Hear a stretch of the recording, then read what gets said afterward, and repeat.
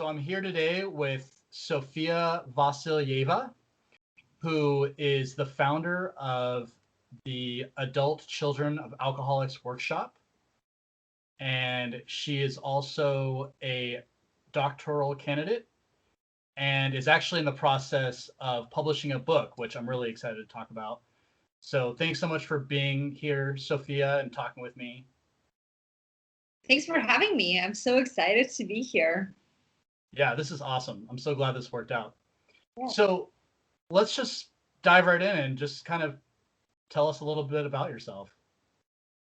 Yeah, so I'm the creator, like you said, of an 8-week workshop for adult children of alcoholics. And the reason why I created this workshop is because, one, I'm an adult child of an alcoholic myself, and it was only later on in life that I started identifying some symptoms that I was experiencing and some problems that I was having in my life, and started connecting it back to my childhood.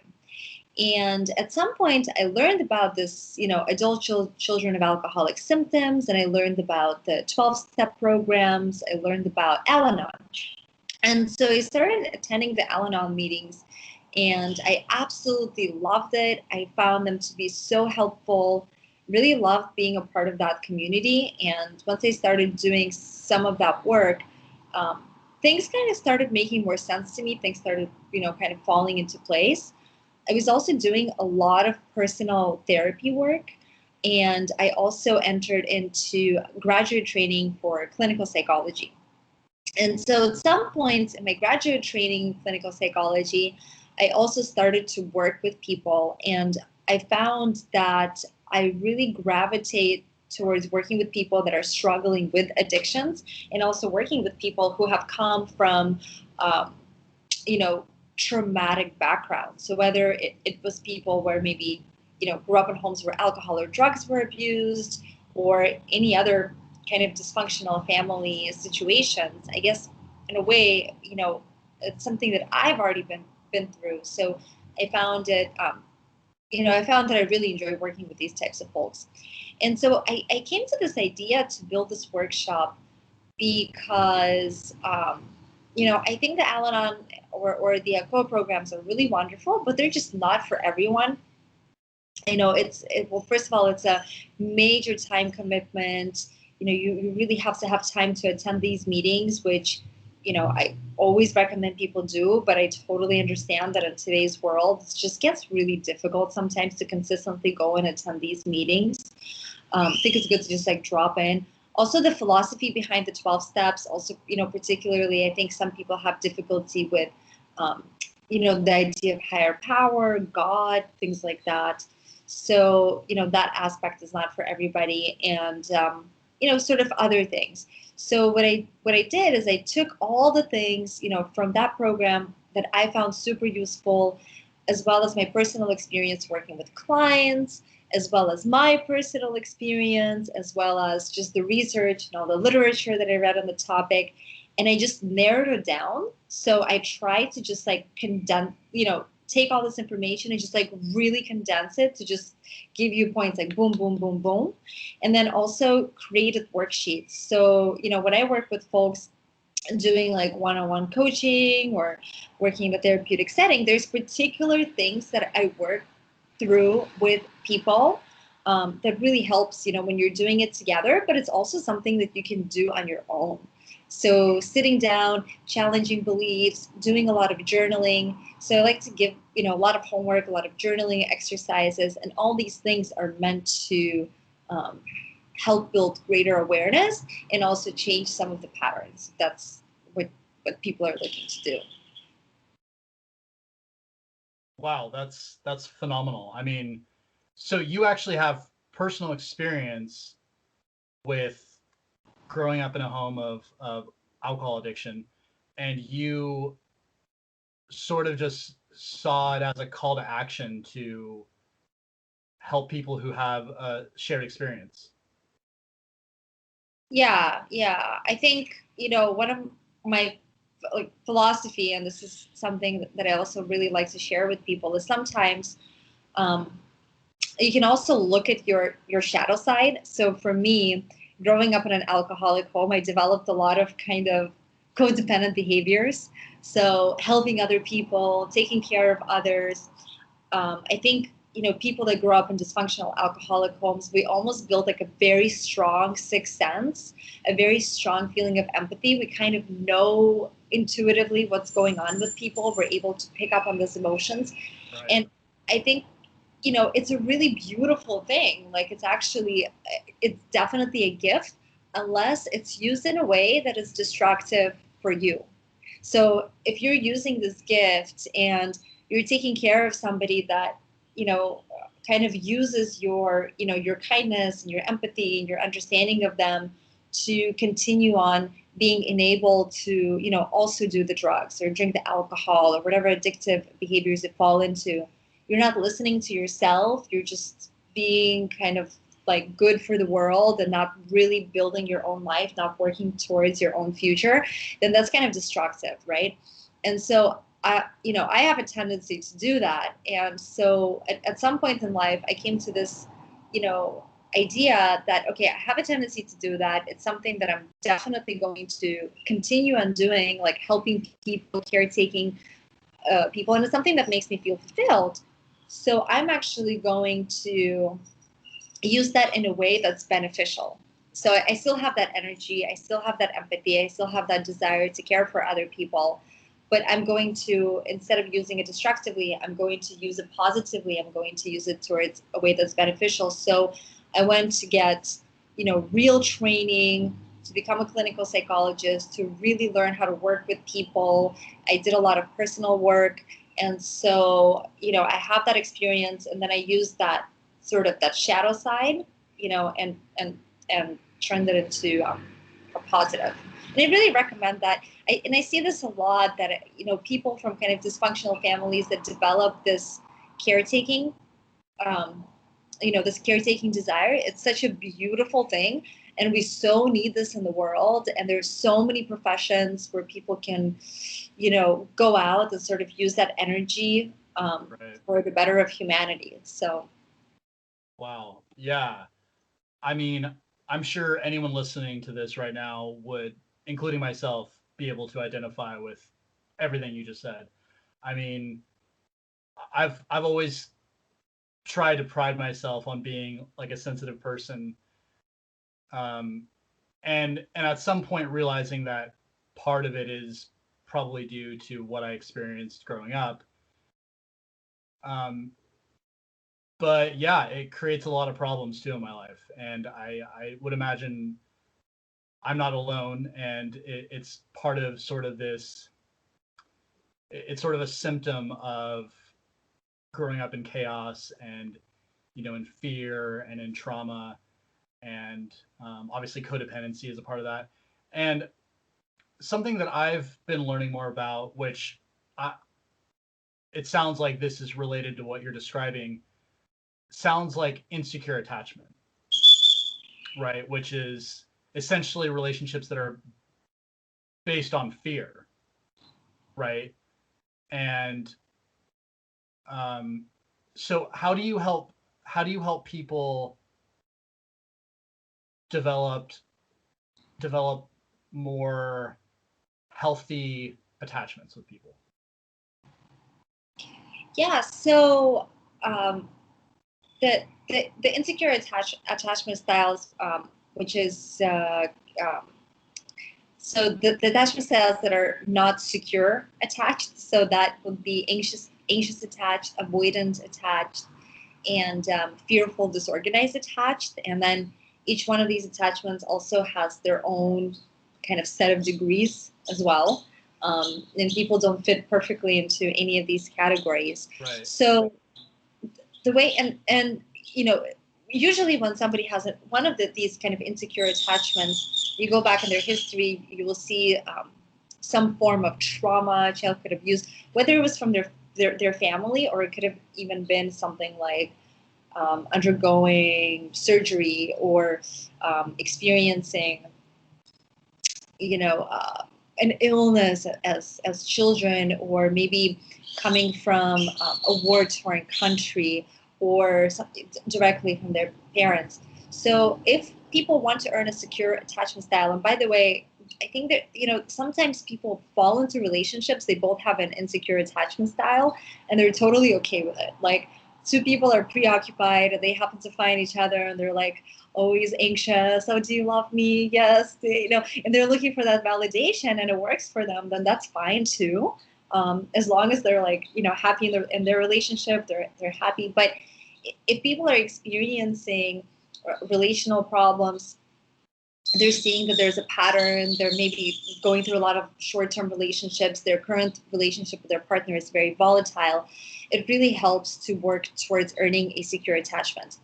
And the way that I work with people is, first of all, it's individual, but I also, people that are, fearfully attached versus people that are anxiously attached are going to need slightly different things.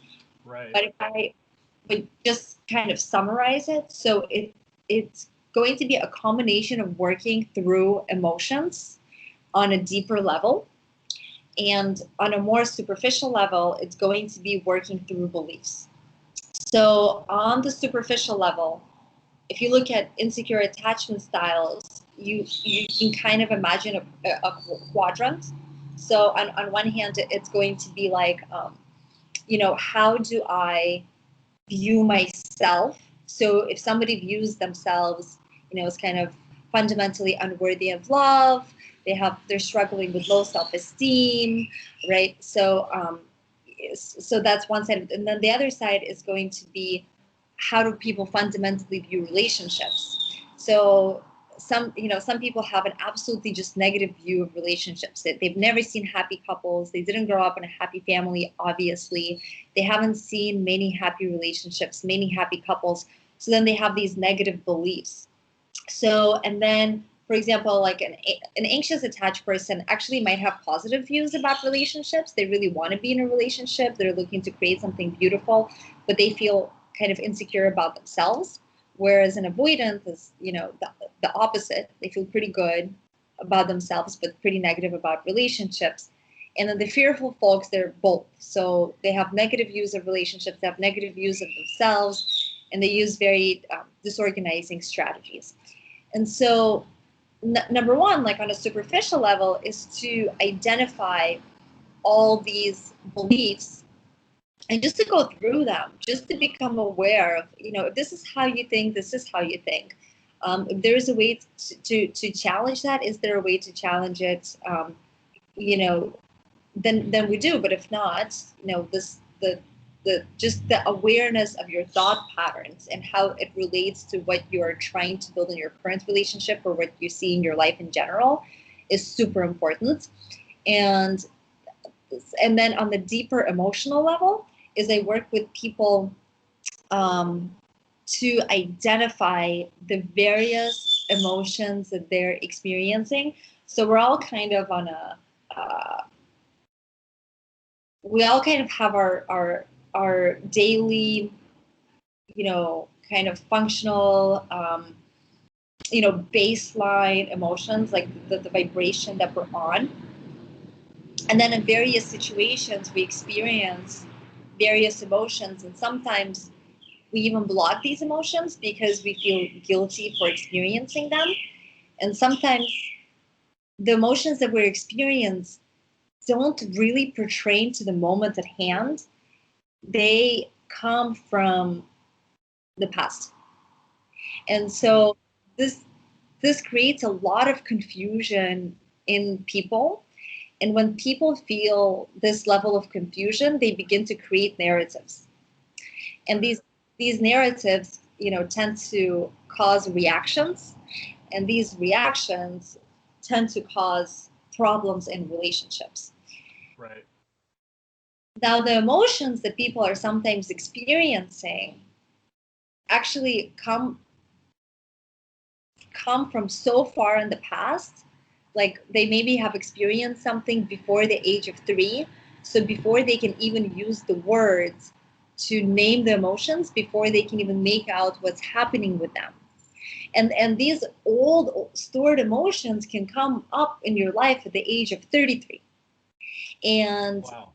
Yes, and it can cause this confusion. So people start to misattribute these emotions to other things that are happening now, right? And then create all these narratives. So it's about, on a deeper level, working through these emotional states and helping people deal with these emotions without even needing to make sense of them, because sometimes you just won't make sense of them. It's very so far, you don't have a memory of this event. You don't have a memory of what happened. So unlike maybe something happened, at 7 or 8, where the child feels an immense shame, and then people carry it through their life. That's, where you can kind of process it on a more cognitive level.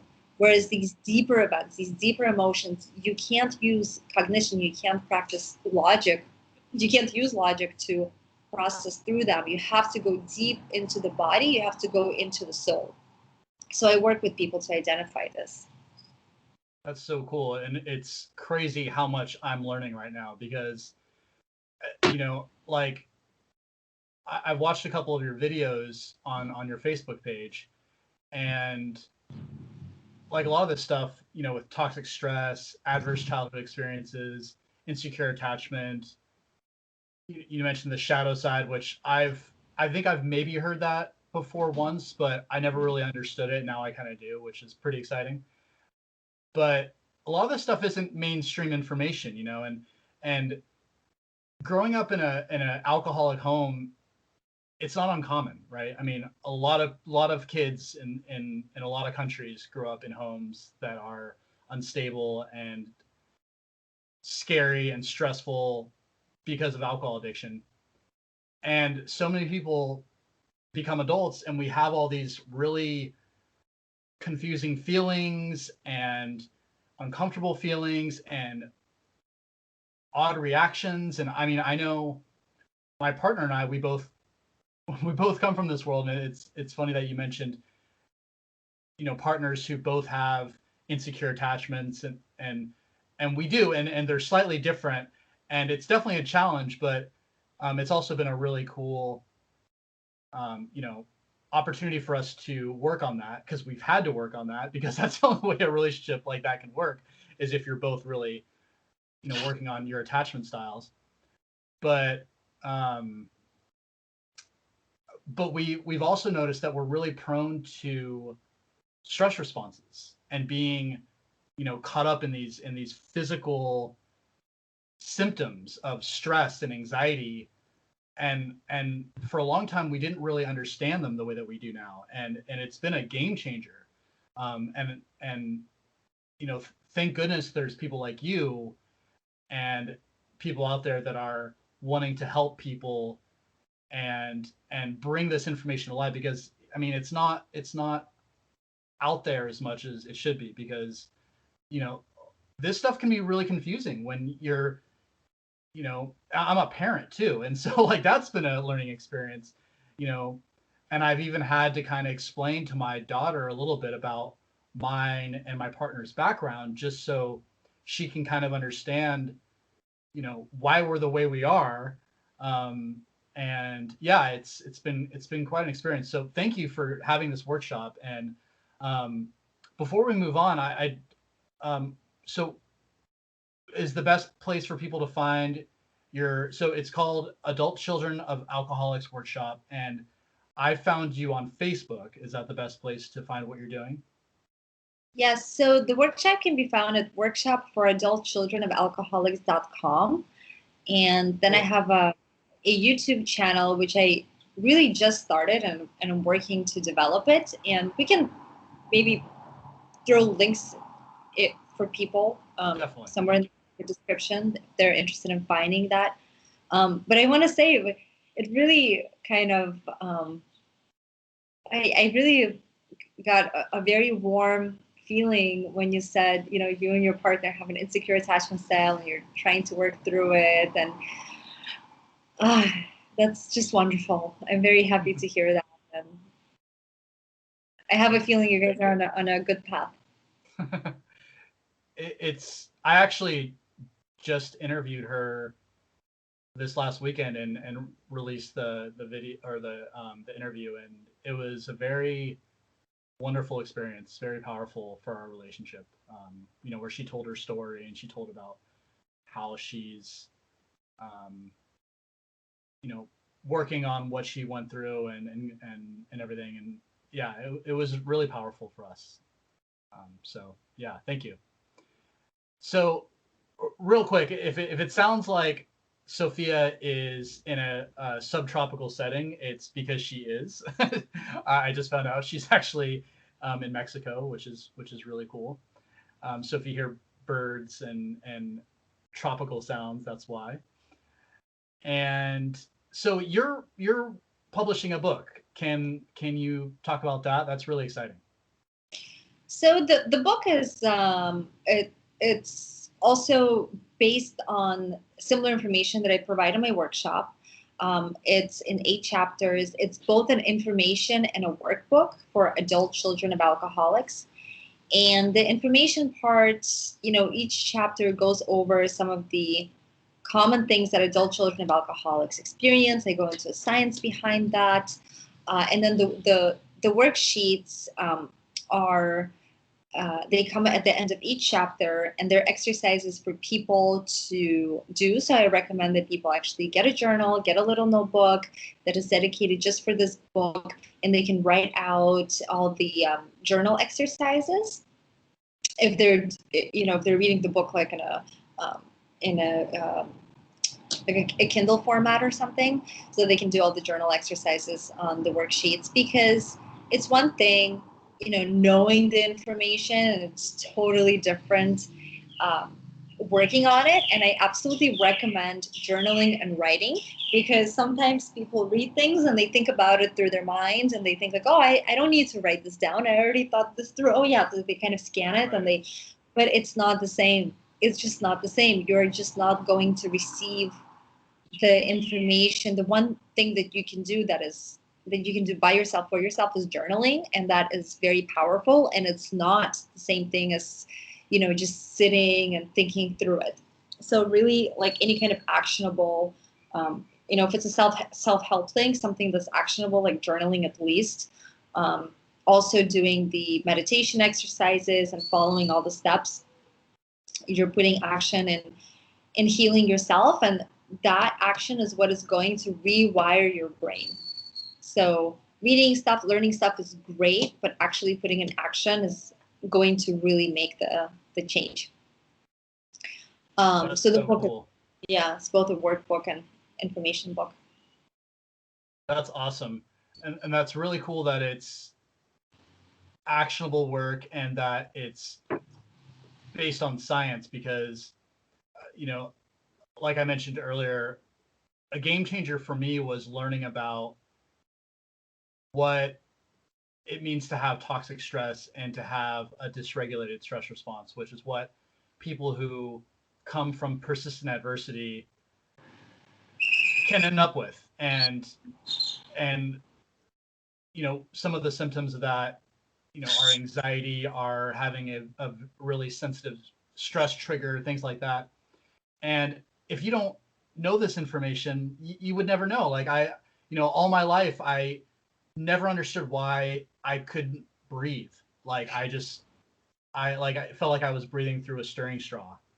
That's how I always felt, all the way up until my late 20s. And then I finally spoke to a psychiatrist, and she talked to me about my childhood, and she was like, you have complex PTSD. And then I later learned, through learning about ACEs, adverse childhood experiences, that a lot of this was from a dysregulated stress response, and that changed everything for me. And I was like, okay, now I know, I have a starting point. I know, and then from there you can learn information how to live with a dysregulated stress response. And like with what you're providing in this workbook, knowledge is power, and then you're providing, opportunities for action and for ways, like you said, to change your way of thinking and to sort of recondition. Neuroplasticity is probably another way of describing it. And I mean, that's, to me, that sounds like a blueprint for recovery, right? Yes, and the physical symptoms and how they're attached to our mental um, states of being.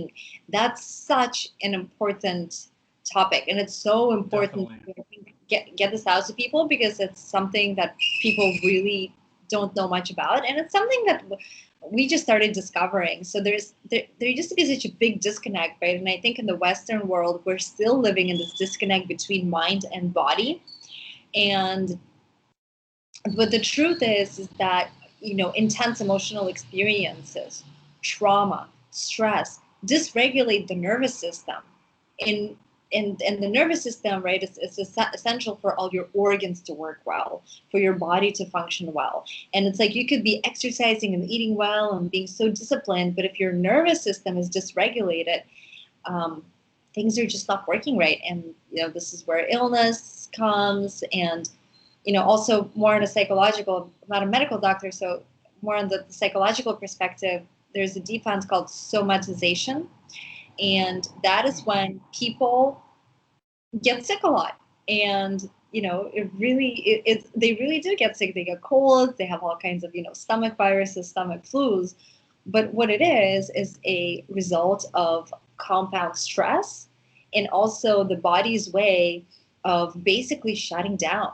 So if somebody is, very hyper vigilant, right, and hypervigilance comes from a trauma response, like being raised in an alcoholic home. You build this hypervigilance. So everything that you do, you're kind of like overdoing it. Like regular tasks in which a person with a kind of a normal nervous system, they behave like very relaxed, in whatever they're doing, they're conserving their energy.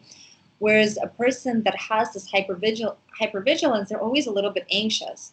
And so like a regular week, or for somebody that's a little hypervigilant, is really like much harder because the body doesn't rest as much. And so then this kind of like compounds and compounds, and the person really gets sick, and the body says, you know what, I'm done. Like, I need to not see anybody. I need to not get out of the house. I need to not do anything. So I'm just going to get sick right now, and we're going to rest. We're going to take a time out. We're going to rest. And that's actually, I know a lot of people get sick. That used to happen to me. I used to get colds like 5, 6 times a year. And then I realized, like, yeah, I was like, this is something, why I get colds, especially like before I have to do something very important. And sometimes it was like before I go on a vacation. Wow. But because I already like, especially around vacation time, right? Like winter break and stuff. Um, like if you're working like a regular 9 to 5, like you already stress out so much before that by some point your body is like, I'm done. Yeah. The Well, body doesn't know you're going on vacation. It just tells you right. to stop. Yeah, and if you take what we know about how ACEs affect us, it makes a lot of sense that our immune systems would be compromised from not only when the actual adversity is happening. When I was a kid, I was sick like all the time. And looking back, it's like, well, probably part of that was being in chronic flight or fight from a very unsafe and unstable home. So, but unfortunately, that doesn't just go away, like, and we end up with like these dysregulated stress responses with all these stress hormones in our brain, more so than say someone who doesn't come from that experience. And sadly, one of the consequences is, autoimmune disorders, inflammation disorders, to name a few, and yeah, and probably being prone to a lot of illness, chronic illness included. So yeah, that's I haven't thought about. I remember thinking about how it was odd how sick I was, and I'm like, I wonder if that's related. Now that you brought it up, I'm like, I actually should look more into how kids who grow up in that environment are more prone to, not just autoimmune and inflammation disease, but also, viruses and different things like that. Because when the body is, so often in a sympathetic response, when it's under this persistent stress, I mean, there's probably not much capacity to fight off virus, right? I mean, to fight off like potential disease and stuff. So that's probably another one of the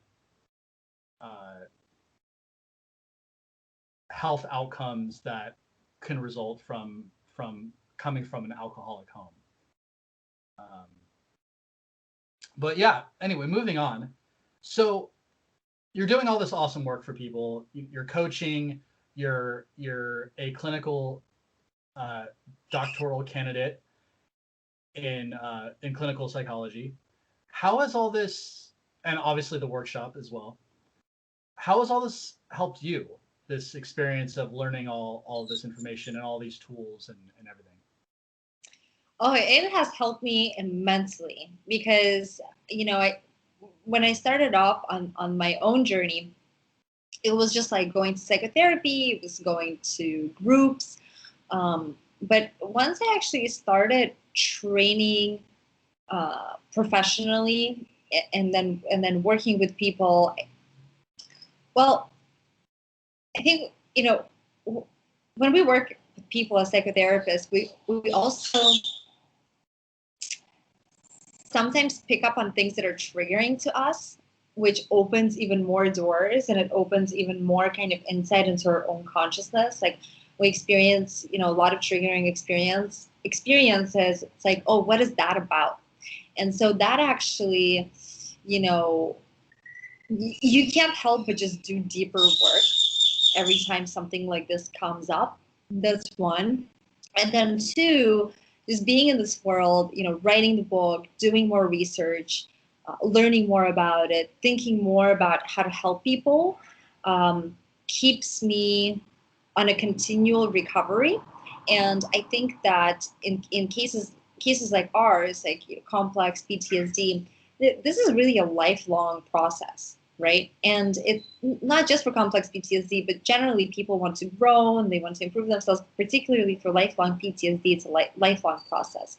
Right. So even when we're talking about like, the physical states, the sort of antidote to that is doing the, somatic therapy practices and learning good breathing practices and creating a mindfulness meditation practice and really taking time out for yourself to learn how to, relax, and also just finding what fits you. And there's so many tools out there. There's so many things that we can do to help ourselves to relax, to feel better physically, to feel better emotionally. And so doing this kind of work kind of keeps me on this journey. I can't ever relax because I'm doing this day in and day out. And so it really, really keeps me very disciplined because I have to do what I preach as well. If I'm going to tell people to practice mindfulness meditation, if I'm not doing it myself, if I'm not taking those 20 minutes out of the day to do that myself, then it's like, can't really teach this to people, right? And so I think that what it does is that it opens up new channels for me, and like it helps me dig deeper, but it also really keeps me working consistently, keeps me disciplined. So yeah, that's so cool. So my next question was going to be, what recommendations do you have for people who grew up in persistent adversity? But you kind of already answered a lot of that. It sounds like we should probably get your book when it comes out. So where can we find that when it's released?